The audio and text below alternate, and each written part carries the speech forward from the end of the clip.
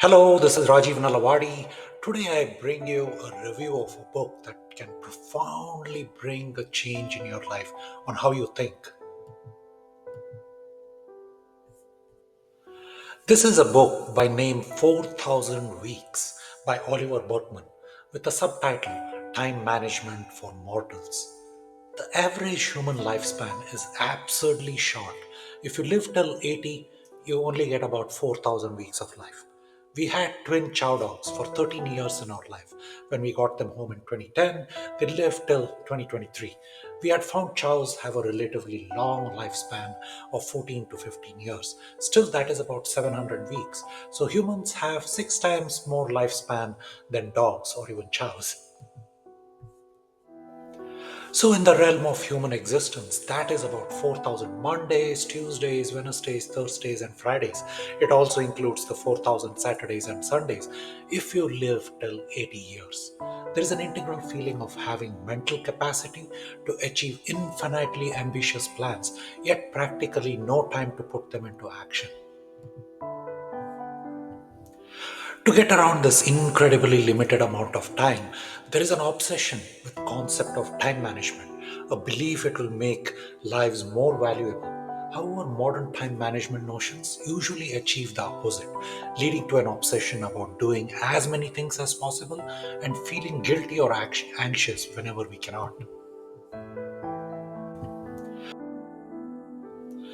Oliver himself was a planner, a to-do lister, a buyer of highlighter pens. He was almost persuaded through various books in the market to adapt 3 or 7 or 12 robust habits that allowed you finally to feel in control and be on top of things. But the reality is about human limits, which should be the big elephant in the room, or rather life. There are hundreds of time management books in the market, but all of them address time from a productivity standpoint.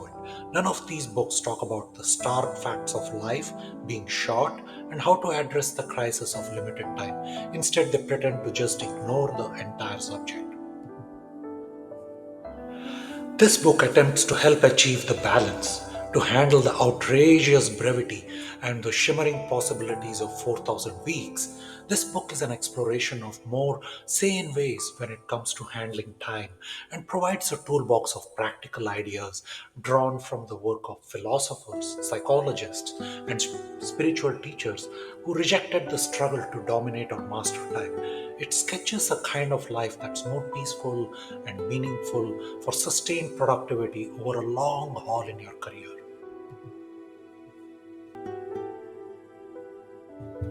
So instead of thinking about time as a resource assigned to specific containers on our life ship, containers such as work, rest, leisure, etc., overcoming the feel of guilt when there is an overlap, like resting when you should be working, this attitude makes it impossible to ever do enough.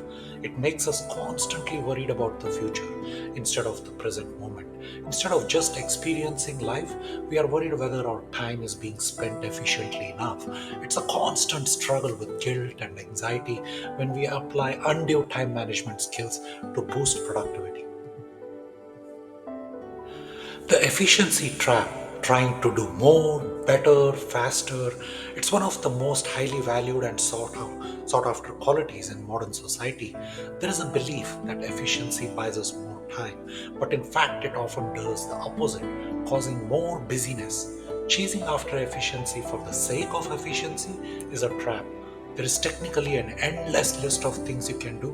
What matters or what's important is really subjective. If you succeed in fitting in more, your goalposts will shift. More things will seem more important and meaningful or even obligatory.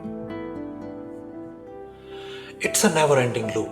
Ironically, getting more things done faster simply generates more things for you to do.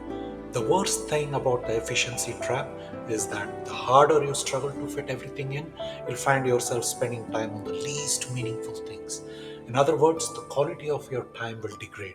If the goal is to finish reading an entire inbox of email, the more we believe in getting that done, the less we question whether the activity is best use of our time. We cannot make time for everything. We need to accept the fact that always more things will continue to exist on the plate.